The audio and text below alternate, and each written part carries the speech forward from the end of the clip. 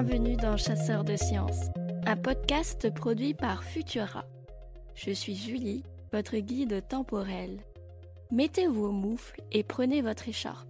Dans cet épisode, je vous emmène sur les terres glacées de la Sibérie, aux côtés de scientifiques qui se sont donné une mission herculéenne. Extraire une souris de terre du sol gelé. Vous écoutez Chasseurs de sciences. Si ce podcast vous plaît, n'hésitez pas à nous soutenir en le partageant sur les réseaux sociaux et en nous laissant une note sur les plateformes de diffusion.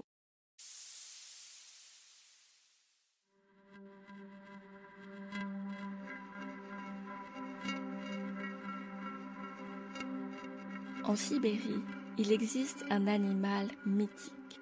Il vit dans les contes et légendes des Dolganes, un peuple nomade de Sibérie orientale.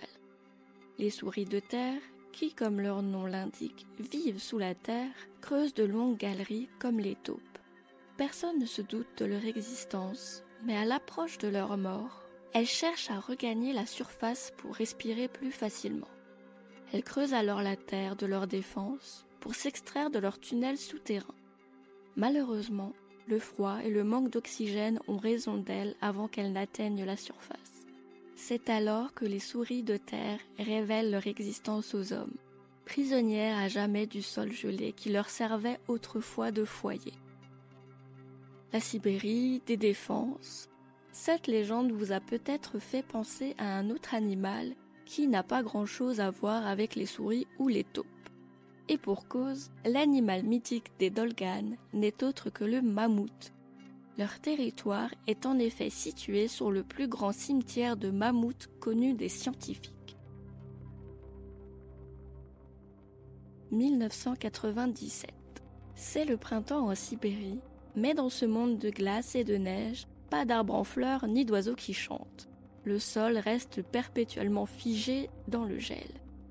Un convoi sorti tout droit d'un rêve apparaît au loin. Une dizaine de petites maisons, posées sur des traîneaux, avancent en file indienne. Chacune est tirée par un attelage d'une dizaine de rennes. C'est une famille Dolgane, en quête d'un pâturage plus accueillant pour leurs troupeaux.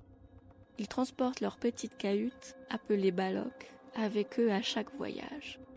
La vie est rude dans cette région, mais les Dolganes survivent grâce à leur troupeau de rennes et à la confection d'objets taillés dans de la défense de mammouth. Ces nomades en croisent régulièrement durant leur transhumance. D'ailleurs, le jeune chef de cette famille, Kostya Zarkov, repère quelque chose au loin qui se détache de la blancheur. Il demande au convoi de s'arrêter. Devant eux, 2 défenses recourbées de près d'1 mètre s'échappent du sol, comme si on les avait plantées là, au milieu de nulle part. Il reste encore quelques poils brun-roux à leur base. La trouvaille n'a rien d'extraordinaire et devrait rapporter un peu d'argent à la famille, mais Kostya Zarkov en décide autrement. Il prévient le responsable de la réserve de Taïmyr de la présence du mammouth. Selon lui, il est encore entier sous la terre. Cette décision marque le point de départ d'une expédition scientifique hors du commun, menée par Yves Coppens, alors paléoanthropologue au Collège de France, et Bertrand Buige, président de l'association Cercle Polaire Expédition. L'expédition Mammutus débute. C'est Bertrand Buige qui apprend l'existence du mammouth en premier. Il entreprend immédiatement une levée de fonds pour financer l'expédition et demande à Yves Coppens d'en être le directeur scientifique. À l'automne 1998, l'équipe se rend dans l'extrême nord de la Sibérie, à 6000 km de Moscou, au chevet du mammouth.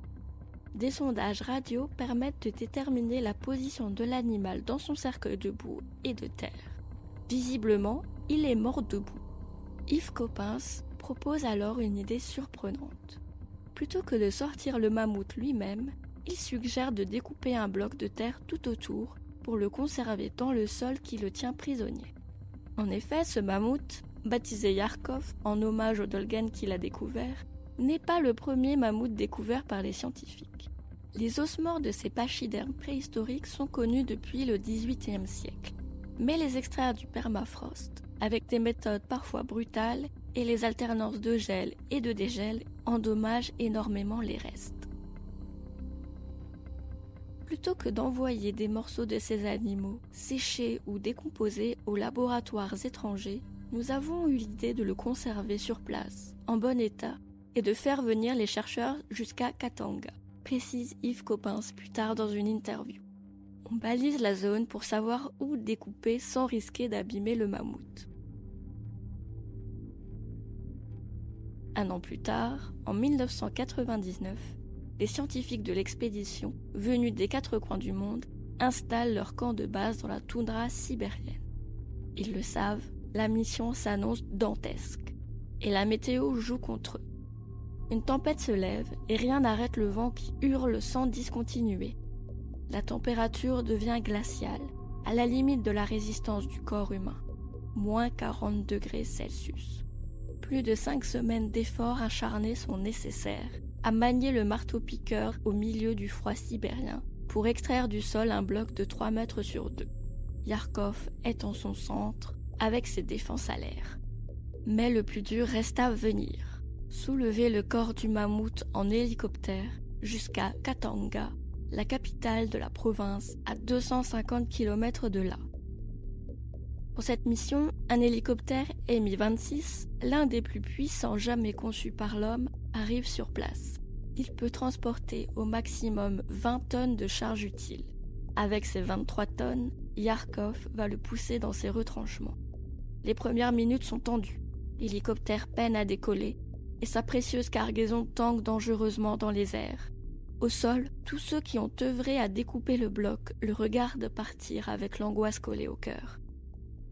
Il rejoint finalement Khatanga sans encombre en octobre 1999. C'est le premier mammouth à être extrait sans rompre la chaîne du froid. Il attire évidemment tous les scientifiques du monde qui s'intéressent aux animaux préhistoriques. En 2000, quelques parties de son corps sont dégelées pour prélever des poils et des tissus restés intacts pendant plusieurs milliers d'années. La vie de Yarkov se révèle alors à nous. C'est un mammouth mâle qui a vécu il y a 20 380 ans. Il est mort à 42 ans alors qu'il était en bonne santé. Au vu de sa position dans le bloc et à la composition de ce dernier, Yarkov est probablement mort lors d'une chute dans une crevasse. La boue a recouvert son corps peu après et, en gelant, l'a préservé des aléas du climat. Aujourd'hui encore, Yarkov repose à Khatanga. Le bloc de terre est conservé dans une grotte creusée à l'intérieur d'une falaise où la température est constamment de moins 15 degrés Celsius. Il demeure là, prêt à livrer ses plus intimes secrets aux scientifiques. Ces grands pachydermes préhistoriques nourrissent les ambitions les plus folles des scientifiques. Avec le projet Woolly Mammoth Revival, une équipe d'Harvard souhaite ressusciter le mammouth, non pas par clonage, mais avec la technique CRISPR-Cas. Le principe est de couper de l'ADN de mammouth et de le coller dans celui d'un éléphant d'Asie.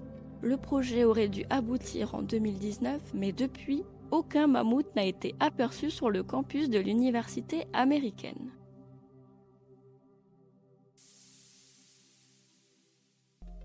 Merci d'avoir écouté Chasseurs de Sciences. La musique de cet épisode a été composée par Patricia Chellad. Au texte et à la narration, Julie Kern. Si vous appréciez notre travail, n'hésitez pas à nous laisser un commentaire et 5 étoiles sur les plateformes de diffusion pour nous soutenir et améliorer notre visibilité.